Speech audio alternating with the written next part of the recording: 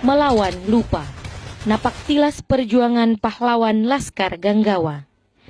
Ada banyak cara untuk mewujudkan cita-cita bangsa yang tetap mencerminkan rasa nasionalisme. Salah satunya, napaktilas perjuangan.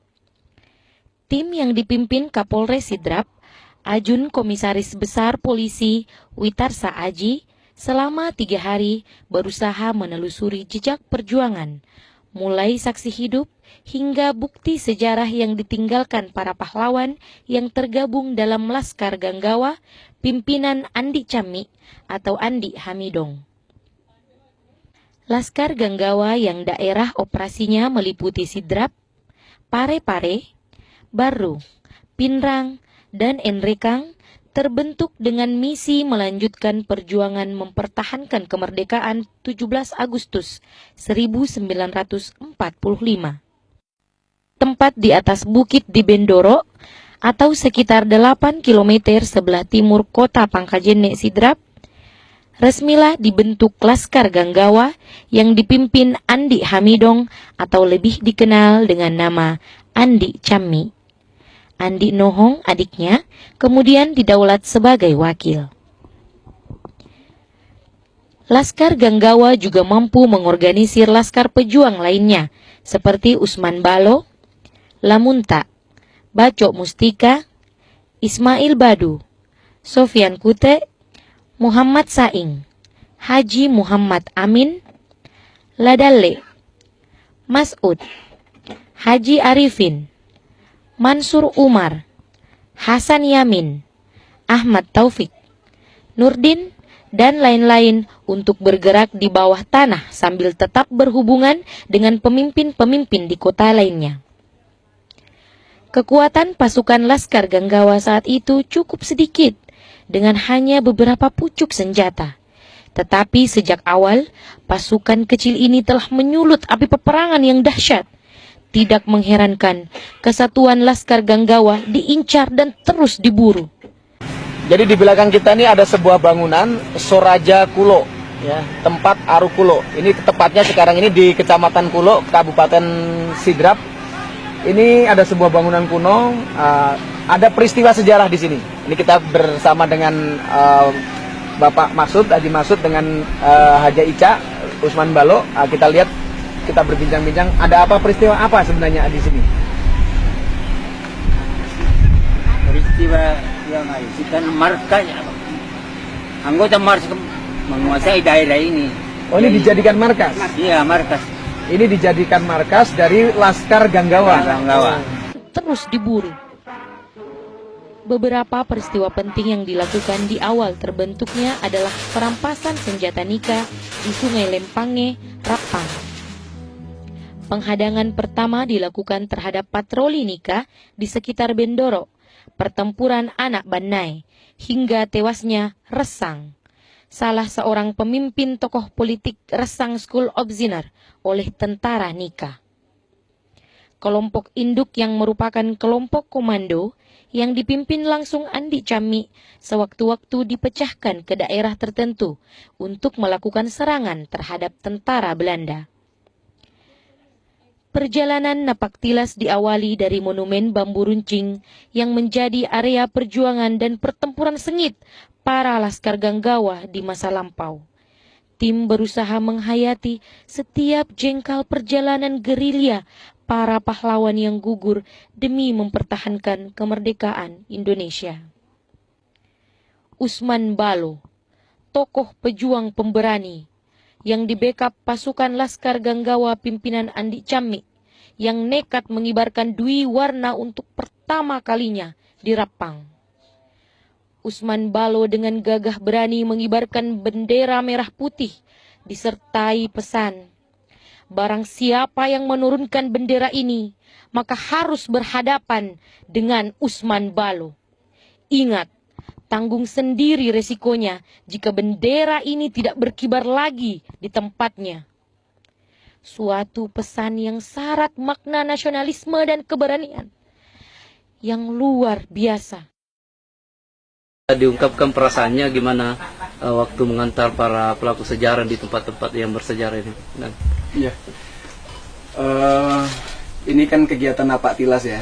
Dari Napak Tilas ini kita ingin lihat betul-betul bagaimana dulu perjuangan daripada pejuang-pejuang kita, pahlawan-pahlawan kita, orang tua kita, nenek moyang kita yang ada di Kabupaten Sidrap ini, yang tergabung dalam Laskar Ganggawa, bukan hanya di Sidrap saja, tapi Ajata Parang. Dan saya rasakan kita betul-betul terbawa di suasana pada saat beliau betul-betul berjuang, artinya berjuang secara politik, juga berjuang secara fisik. Jadi bagaimana digambarkan di sini, kalau penjelasan dari ini termasuk kita melaksanakan di sini ada bukti-bukti sejarah ini, bagaimana perjuangan ini betul-betul apa namanya ya, kalau boleh dibilang mati-matian sampai dengan mati beneran, itu saya kira betul-betul itu. Dan ini apa namanya yang kita rasakan adalah dulu kalau kita lihat veteran misalnya, pejuang-pejuang, kalau kita tanpa seperti ini ya tidak bisa menghargai, tidak bisa merasakan. Namun demikian dengan adanya kita seperti ini, harapannya yang dikatakan melawan lupa, Napak Tilas ini betul-betul, artinya perjuangan ini betul-betul apa namanya, sungguh-sungguh gitu.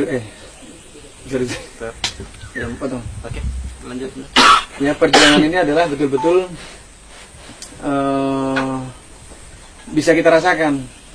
Dan ini harapannya tentu ya kita sebagai generasi muda penerus bangsa ini betul-betul bisa menghargai, yang menghargai daripada perjuangan pendahulu-pendahulu kita. Beberapa kali Laskar Ganggawa terlibat kontak senjata dengan Belanda.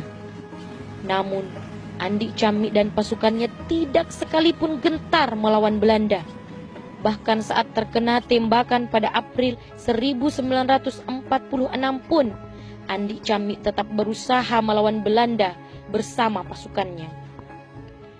Namun, karena persenjataan yang tidak seimbang, Laskar Ganggawa akhirnya dikalahkan Belanda.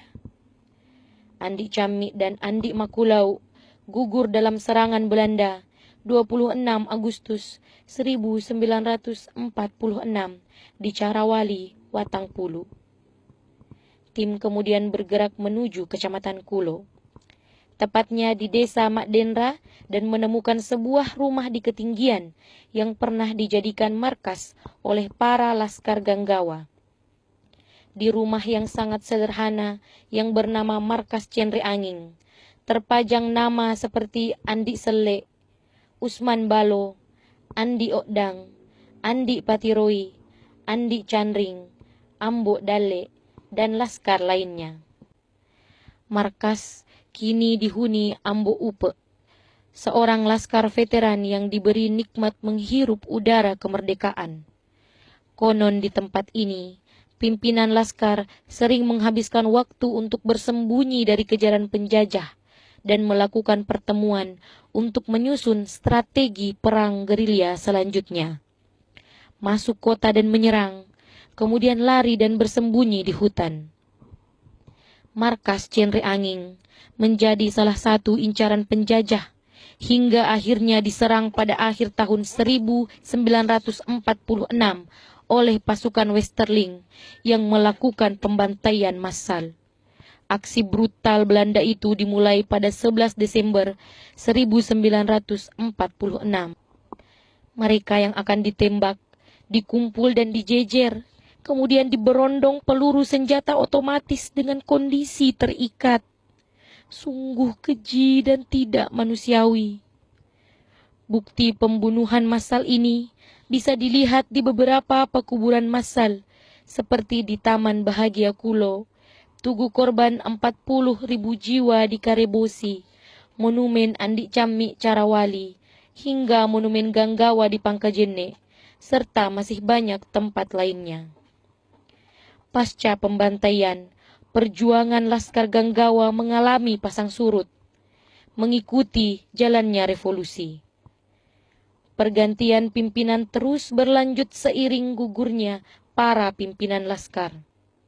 Hingga pada akhirnya, Desember 1947, Usman Balo yang berhasil selamat dari serangkaian serangan, didaulat menjadi pimpinan Laskar Ganggawa khusus wilayah Sidrap. Kini Usman Balo, pimpinan Laskar Ganggawa sekaligus pengibar dwi warna bendera merah putih pertama di Rapang, telah terbaring bersama para pejuang di Taman Makam Pahlawan Puncak Mario. Namun, semangatnya masih terlihat berkobar. Kisah Andi Cammi, Andi Nohong, Usman Balo, hingga laskar-laskar lainnya bukanlah dongeng. Jejak perjuangan mereka masih bisa dilihat di era kemerdekaan ini. Sebuah bunker di Bulo, villa di Mario, tugu, monumen, senjata, dan mungkin saja bangunan di sekitar kita.